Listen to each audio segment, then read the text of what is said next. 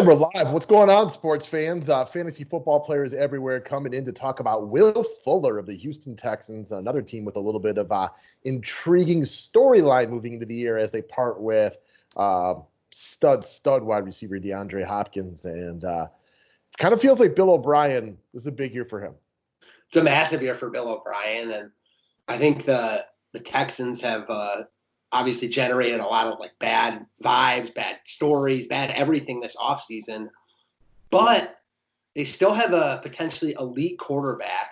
And when he's on the field, Will Fuller has been very productive. So if he can stay on the field, and that's a big if, I think he offers a lot of upside this year. I won't deny that, guys. Before we get into some of the details of why you should like or dislike William Fuller this year, go check out Overlay Fantasy Sports. No contest up right now on the 22nd of May. You all know why that is. Everybody's sick of talking about coronavirus. But if you're checking out this video closer to the football season, hopefully we got baseball contests and basketball contests potentially up and kicking. PGA for you golf fans. The name of the website is overlaydfs.com. Go give them a little look-see, and let's move into Mr. Will Fuller, who, you're right, when on the field, has been productive. Being on the field has been the issue for this young man.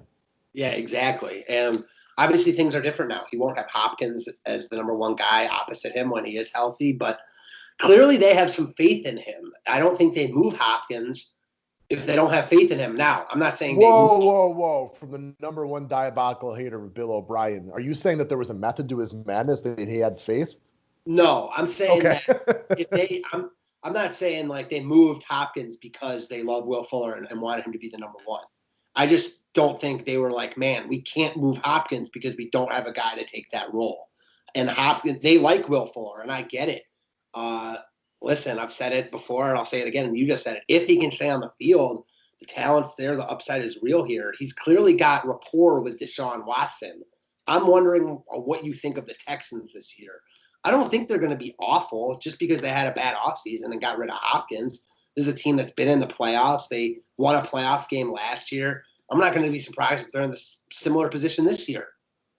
Well, I don't want to put Deshaun Watson in the category of Aaron Rodgers and Tom Brady, two of the all-time greats. What we've seen is it is nice to have a number one wideout, but a quality quarterback can at least make the offense okay, right? Like he can make you get by if your defense is, at least average, and he can make things happen. Watson, right now, I mean, with his legs and ability to scramble and get guys open, I mean, he should be able to make this offense be effective, unless David Johnson's just terrible and they can't get anything going in the running game. Yeah, that will hurt them. But Watson's good, man. I agree. He's a guy that can manufacture yards, manufacture plays, manufacture wins. You're right. He's not like the all-time greats yet, but he's one of the better quarterbacks in the game, no doubt about it. Still room to grow. He reminds me a lot of Russell Wilson, just in the cut of their jibs. No doubt about it. I really, I guess the only real difference is Watson's bigger. But Wilson has had a nice culture of winning put behind him, so it's hard to say who's better in this one. I guess if I was drafting right now, I couldn't fault anybody for taking Watson over Wilson, despite the fact that Wilson's resume is better. Yeah, I love Wilson, so it's tough to say that, but they're right on par with each other. They both seem to have winning qualities, and they're also really good. Two dudes I will never doubt with the ball and ready to go. You give me 2.5 minutes, one timeout, I got to go 80 yards. I feel comfortable with either one of those dudes leading my team at that point. Couldn't agree more. All right, guys. So if you haven't already, why have you not subscribed to the DFS 5-pack? We are here talking fantasy sports, DFS, and occasionally we throw in a couple of fun videos. We've done things like top rap songs, our favorite movies throughout this coronavirus COVID break. Maybe we'll even get back in and do a couple more of those. But subscribe to the network. Let's talk some sports. As far as the Texans go, I mentioned it earlier, and for those of you who don't watch the channel on a regular basis, nobody is harder on Bill O'Brien than my boy Matthew Bellman over here. So when O'Brien decided to move on from DeAndre Hopkins for an aged running back this year, I could say everybody was surprised except for probably you. It's like, I don't think the Texans are going to be bad this year, but they deserve to be bad. Like, they do not deserve to be good. They have an elite quarterback. Otherwise, if they didn't have Deshaun Watson, I think this team could be like a 4-12 team. Yeah, no doubt about it. So The one subtle change that we're seeing here is Tim Kelly is going to be calling plays this year, as far as the offensive coordinator goes. That doesn't change anything for me. Like, you know what I mean? Like, I don't feel Bill O'Brien was this master play caller. Tim Kelly could be good. He could be terrible. I don't know enough about him to say it changes my opinion one way or the other. Same. Okay. As far as injury concerns go, are there any? Hell, yes, there are. This guy has really suffered, statistically, because he can't be in the game often. He gets those soft tissue injuries, and maybe he just is weak right there. Maybe the way that he runs and he's so explosive is why he's constantly got issues with hamstrings and calves and groins and things like that. I don't know. I don't know the guy. I'm not a doctor, but there's obviously injury concerns with him. If there was no injury concerns, if this guy had run out maybe, say, 60 or 64 games in his professional career, I think he'd be like a 4th or 5th round pick. Yeah, agreed. I mean, because he has that type of upside. I mean, I think the production would match that. And you're right. There's definitely injury concerns here. I mean, like, there might not be a guy we bring up with more injury concerns. So the dude's 25, 26 years old right now. 4 seasons, he has missed 2, 6, 9, and 5 games. Those are big numbers. Has he been effective while being on the field? Yeah, he has. He's big play prone. I mean, if you look back to 2017, this guy had 7 touchdowns and only 28 receptions. He has a home run waiting to happen. Can he be effective without one of the game's top wide receivers on the other side of the field? I don't know, man. I guess we'll have to see. I can't tell you that I've watched Will Fuller so close the last 4 years that I have a strong opinion one way or the other on that. No matter what, though, he should be able to break you for a big play from time to time. Yeah, that's like a given. If he stays on the field, he should be able to get you that big play from time to time. But aside from that, again, I think that the rapport with Deshaun Watson is there. We've talked about Watson. That really helps Fuller to play with a quarterback like that. He's one of the biggest, guys he's got some of the biggest play upside of anyone in the league. Listen, the best thing I like about him too is that he's going right now in like the mid 30s of wide receiver taken, mid 30s to lower 30s. And I just think, like you talked about, if this guy is a guy that we knew would stay healthy, and we don't know that, but just because he has injury concerns doesn't mean he's going to get injuries. He'd be going much higher than that.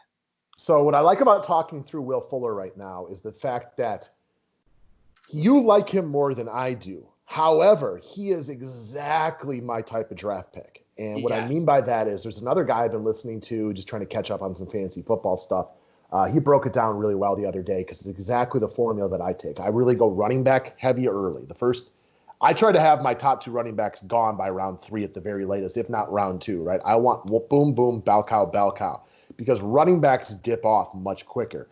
Then after I get those in a secure number 1 wide receiver, I'm all about upside wide receivers. You take a Will Fuller, you take other guys like that, you may be cutting them week 4. They may be injured, but you want to know what? If you hit it big, and that wins you championships. Like I see right now, ESPN top 200, Will Fuller 37, Cooks 38, just in terms of wide receiver. And I get that, man, because you feel a lot safer with Cooks. Because despite his concussion issues, he's still been on the field more than Fuller. But give me Fuller all day. I don't. Me personally, I feel very, and I forgot to add Cooks to our added players. I knew I was missing a wide receiver in my mind. I don't feel that much safer with Cooks. I actually feel safer with Fuller. Yeah, but that dude's like one more concussion away from like having to retire. Yeah, I mean, he hasn't missed that many games, though. So that's all I can go off of. Okay. Fuller has soft tissue injuries routinely throughout his career. Cooks, I just feel like he's a boxer who's got his bell rung once too much. So you're right. I'm not saying you're wrong or anything like that. I just say, for me personally, I'm very scared of Brandon Cooks. I get that. I mean, I don't want anything to do with Cooks, not just because of his injuries. I just don't think he's particularly that good. And then you talk about the injuries on top of that. So I guess we come to the same conclusion. We want Will Fuller every day in that scenario. Yeah, Cook slipped my mind for a second. So when we talk about the key additions and losses on this team, clearly DeAndre Hopkins is gone. Best receiver on the team by far, one of the best, if not the best wide receivers in the league. He's gone. David Johnson is in. Carlos Hyde is gone. Carlos Hyde is nothing but Frank Gore 2.0 without the long track record of a successful career. He just eats carries. No big loss right there. Even though I'm not a huge David Johnson believer right now, he's at least a lateral move from Carlos Hyde at the very least. They bring in Randall Cobb. They trade for Brandon Cook. So this is actually, right now, on paper, I would say a just above average receiving core with the depth of a Fuller, Cooks, Cobb, and then they still got Kenny Stills, I believe. They do have Stills, who I've heard a lot of trade rumors, specifically to Green Bay. I'll take it.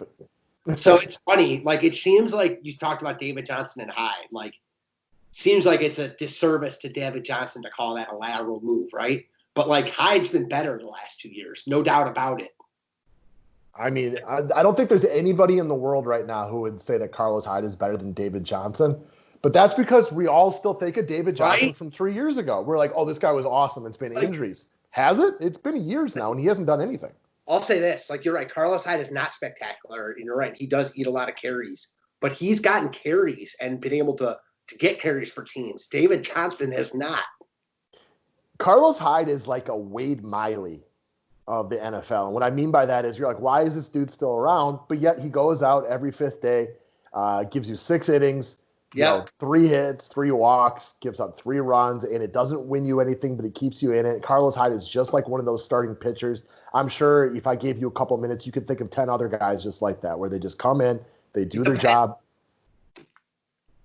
What's that? He's dependable. Yeah, exactly. So they have a solid wide receiving core right now. I mean, 1 through 4, that is some depth. You can drop back 4 wide. You got some speed. You got multiple deep threats in Cooks, Fullers, Kenny Stills. All 3 of these guys are burners.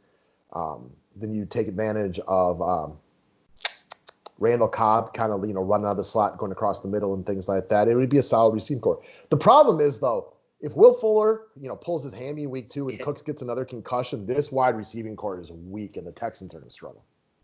Definitely. I mean, even if just one of them goes down, you feel like they lose a lot because, man, you're right. If they're all healthy, they could be solid. I'm not sure I trust all 3 of those guys. We've talked about Cooks. We've talked about Will Fuller and then an old Cobb. I mean, Cobb doesn't do much for me either way, to be quite honest. No, he had a nice season last year in Dallas. Kind of snuck under the radar how effective he was. Again, easier to expose that slot when you got Zeke coming out of the backfield, a mobile quarterback, and a couple of stud wideouts on the outside in Cooper and Gallup. So he was in a good spot to succeed last year. And if all these wide receivers are healthy and you have to constantly protect against the deep ball, I think Randall Cobb could have a nice little PPR season. Something like 70 catches, 800 yards, hit pay dirt a few times. Nothing spectacular, but just as the guy that he's not going to beat you. If they go 4 deep and you got Stills, Will Fuller, and Brandon Cooks, and they're all healthy, I mean, you as a safety, you're going to start your back pedal instantly because those guys are all deep threats. Definitely. All 3 of those guys are big-time deep threats, no doubt about it. I mean, Stills gets lost in the shuffle, but he's pretty good. Yeah, again, I mean, he's, does he move the needle when you sign him? No, of course not. You mentioned him going to Green Bay. I'd like it, but do I think the Packers are now the team to beat in the NFC because of Kenny Stills? No. But as a safety in the National Football League, when you see that dude, you've got to take like 1 step back and just know that he can get by you. And you got 3 guys like that. It could be kind of fun to watch if they're all healthy and effective that way. Definitely. Yeah, no doubt about it. It's interesting. Stills has been on a few teams at this point. New Orleans and then Miami and then Houston and maybe another one. Soon to be. So where do we think you're going to get Will Fuller? So Will Fuller is a guy with a big variance in his ADP depending on where you look. Now, once you move down, again, like if you talk about a Christian McCaffrey, he's everybody's 1-1 at minimum, like 1.15, right? There's no variance. With a guy like Will Fuller, I might have to reach for him in round 6 if you really want him.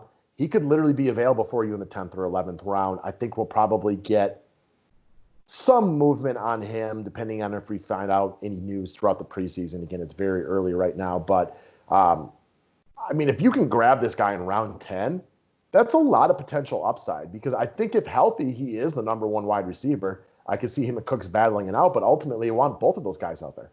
Agreed all the way around. Another reason why I like auction drafts, it's easy to predict when the guys at the beginning of the drafts are going to go.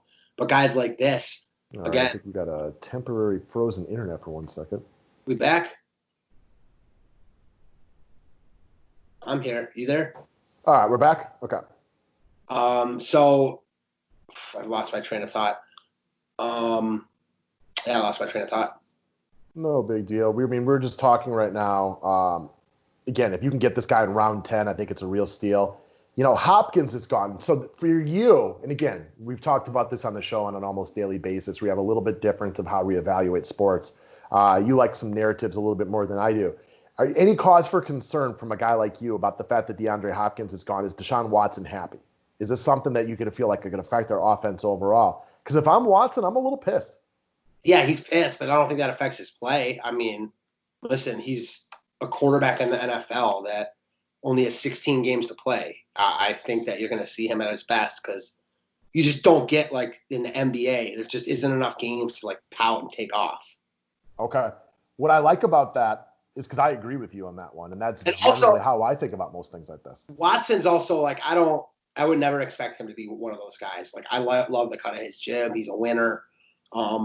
He's not hating. Sure, he's not happy, but I'm sure he's also, like, wanting to prove everyone that he can win without Hopkins, I'm with you. And that's how I do view a lot of things like this. So I think that's why fantasy sports and DFS is fun for us. Not just me and you, but for everybody listening to this, is we can all take our best guesses. You can read too much or not enough into narratives. You can over-evaluate or under-evaluate statistics. We're out here trying to make our best guesses about how guys will play. It's far from an exact science, right? You can get a hunch. You can get, analysis, whatever you want. Sometimes it works, sometimes it doesn't. But that's what makes this fun for guys like me and you and, half the other dudes out there who love playing fantasy sports, is you're just taking your best guess. No doubt about it. All right. And for all you sports bettors, that works as well. So big question on Will Fuller. Will he stay healthy? No way to really know. We'll see. It's another one of these teams. It's kind of interesting to watch how they play this year. I mean, that's most teams in the NFL, but if they could be healthy, it could be a decent offense. Definitely. I mean, they got a great quarterback. You talked about David Johnson, or we've talked about David Johnson. We just talked about Will Fuller. They've got weapons. I mean, this isn't a team that should be awful. David Johnson is a guy that is about to make a lot of people look really dumb. And one way or the other, probably, right? Like, because we're on the side that we feel like we totally get the gamble because he's got the opportunity to get a ton of touches, but we're not a big believer in his talent at this point. I've been a little bit more the best word to describe that, gung-ho on that one, whereas I feel like you kind of agree with me, but not nearly as strongly. If he goes out and balls this year, I look dumb. There's a lot of people who feel like he's going to go out and thrive, and if he plays terrible, they're going to look dumb. So it's a fun guy to watch. I'm excited to watch the Texans this year so we can watch more coaching mastery by Bill O'Brien. I don't know if I'm excited to watch him, but I'm excited to talk him over. Fair enough. I just want football to get here. I would take any sport at this point. If you guys can get some competitive water polo rolling on ESPN right now, I'll hook my cable back up. It's crazy for me to be like wanting football before baseball season starting. It just doesn't feel right. Give me baseball, basketball, football. Give me something. Although I will say, what are your thoughts on this? So when this quarantine thing, it's kind of parts of it are ending already, but when we get sports back, do you think there's going to be people that don't watch as much because they've got other interests in their life now? And they're going to be like, man, I was spending way too much time in front of the TV. I had a lot more fun playing with my kids, seeing friends and stuff like that. You think people will run right back into it, mixed bag? Because, I mean, there are parts of me, like I love not being stuck on my computer every night now before 6 o'clock. There'll be some people who don't get into it as much, but the vast majority will. Vast majority, in my opinion, will get back into it. I'm talking like 99.9%. And then sure, there'll be some people, like even like you're talking about it, like you're not going to not get back into it. I mean, no, of course not. Well, I mean, we got a business to run at the very least, but also I love sports way too much and not to get back into it. It's good that you're feeling like that, but I'll also say that like maybe you're feeling like that today, and then tomorrow when you're bored, you might not be feeling so much, and that comes and goes. You've talked about this a lot. Some days are better than others during this quarantine, right? I'm not gonna lie, man. It's been a rough. There's ups and downs that go by with every day right now. I think one of the reasons we started talking about that at the beginning of quarantine, like if anybody just needs somebody to talk to, I try not to spend too much time just chit-chatting on social media. But man, like if anybody needs somebody to talk to, like let us know, like because there are some days during this, and it's getting better now, but like where like it can be real lonely for people who are single. Yeah, for sure. And like for people who are single, definitely we've talked about it. And like for people like me that are married, and I get along with my wife really well. It wasn't supposed to be like this, where we were like together in our house for 24 hours a day, 7 days a week. So it's been challenging. I mean, no doubt about it. For sure. We discussed this, you and I did a while back, and it was the worst thing that you could happen right now. Like, what's worse, being married and being stuck with somebody all the time, or being single and being by yourself all the time? I think the worst case scenario would be in a relationship where you're not happy right now and For you have to sure. be stuck in the same house. Most of you guys know I was married for a long time up until like late last summer.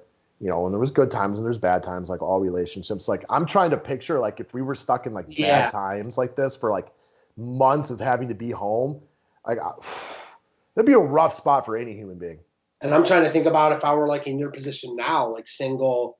Obviously, it's different. You have kids and stuff. For someone that like is single, like I feel worst for people that are single and like college kids that like lost such a good part. I mean, like college seniors, high school seniors, like it sucks. I was talking to a girl I work with at the place I bartend sporadically. She's somebody's had cancer. So, like, obviously the last couple of years have already been really, really rough. Double mastectomy, breast cancer, everything like that. It's been a rough couple of years. She's really close with like her nieces and nephews and stuff like that. And I was talking to her because she saw me post something on Facebook. She's like, "Oh, I just want to make sure things are okay." And I'm like, "Depends what hour you ask me." I'm like, "How are you?" And she's like, "Well, I'm extra susceptible, so I can't be around anybody." So, like, she can't do any of the things she's like. She has to go to all of her appointments now. Her dad would always go with her. She can't be by him or anything like that. Like, that's a rough spot to be. Yeah, definitely. Someone in Sam's family has cancer, and it's a similar situation. It's like not getting better, and they have to go to the hospital alone. Yeah, you're right. That's in a different stratosphere than what we're talking. For sure, man. And like, you and I know each other well enough. We've talked about like the differences in our personality and things like that. I'm pretty good being on my own, right? Like, that's something that I don't struggle with. I don't really get lonely very easily. Not saying that I don't. Again, I lived with two kids and a wife for 10 years. Well, kids coming along sporadically throughout that time. So I'm used to always having people around. So when you get like 3 days to yourself, I can understand how people start to feel lonely, but it's not as bad for me. Like, I'm thinking about other people. Like, if you are somebody who gets lonely easily and you've had to go through this on your own, like, man. Like, Yeah, man, it sucks, bro. Like, I would not be happy for sure. Like, as much as it sucks that, and Sam and I, like, we're at each other's throats sometimes. Like, I can't imagine just not having someone here to be with. For sure. It's fun right now being able to have my kids for a couple days and then send them back, because as much as I love when they're here, they are also going stir crazy. So after a couple days, I'm like, all right, you need to go back to your mom's right now, because as much as I love you guys, like, I can't deal with my son yelling and screaming anymore because he's stuck in the house for whatever it's been, 10 straight weeks at this point. That's funny. And dad can't watch any sports, so he's freaking out. Yeah, I get that. Helped. I bought a bike last week. I told you that's been another thing that's like helped, just being able to be outside with the weather being nice. Although it does look a little rainy right now, but getting outside has been therapeutic to say the very least. No doubt about it. I've actually the yoga teacher I like has been doing it from home, so I've been doing that in my office here, and it's been great. It's really like made me feel a lot better. Yeah, I'm not a yoga guy, but I know that's something I'd probably benefit from. But not even that. That's something I love. Not even like Yep. for you, like my workout. Like it's not the same, but I got a Stress relief. I got a space heater in here, so it's like hot. It's not as hot, but again, you got to work with what you have. So, I mean, I'm Definitely. doing like 3 times a week, and it feels good. You feel better when you're done. That's like for me. Yes. Like physically, I'm in pain right now because I've been taking 20-mile bike rides, and I ran 6 miles yesterday and 5 miles the day before that. So my legs hurt a little bit, but I feel so much better when I'm done, like up here. Like, running is simple, right? Anybody can do it, one foot in front of the other. But there's something simplistic about pushing yourself that way. Like, if you're trying to push yourself professionally, and whether you're a doctor or you make fries or whatever it is, right? Like, there's a lot of different things you have to take into account. When you're running, just one foot in front of the other, just go. And then you get tired, all you got to do is be strong up here and push it. Yeah, man. My yoga teacher's always talking about that. Like, let all that shit go, like before class, and like it's really therapeutic. Like, it's the one time that I'm not looking at my phone, like any of that stuff. Not taking calls, texts. Like, I love it, man. And the sweat afterward. It's also one of those things where like it's hard when you're doing it, but it feels great after, and it's a great feeling. Yesterday when I went out for a 6-mile run, You know, there are some days where I run, and I run anywhere from like 3 to 10 miles, depending on how much time I have and how fast I want to go. Like, but usually it's between 4 and 6 is where usually I'll go. Like, I'll get like a mile or two in, and I feel great, and I'll push it, and it'll be really well. And then those are other days where I'm like 2 miles, and I'm like, can I quit right now? Like, I am just not feeling this today. The days I want to quit, but I make myself go and finish it anyways because I know I'll hate myself if I don't. Those are the days that feel so rewarding when you're done. The days that it feels great, stretching out, it's easy. But the days where you're like, oh God, this sucks, I want to be done, but you keep pushing it anyway. There's just such a mental reward to finishing that. No doubt about that. It's half the battle. Love it. So, all right, guys, thank you very much. Have a good one. Thanks, guys.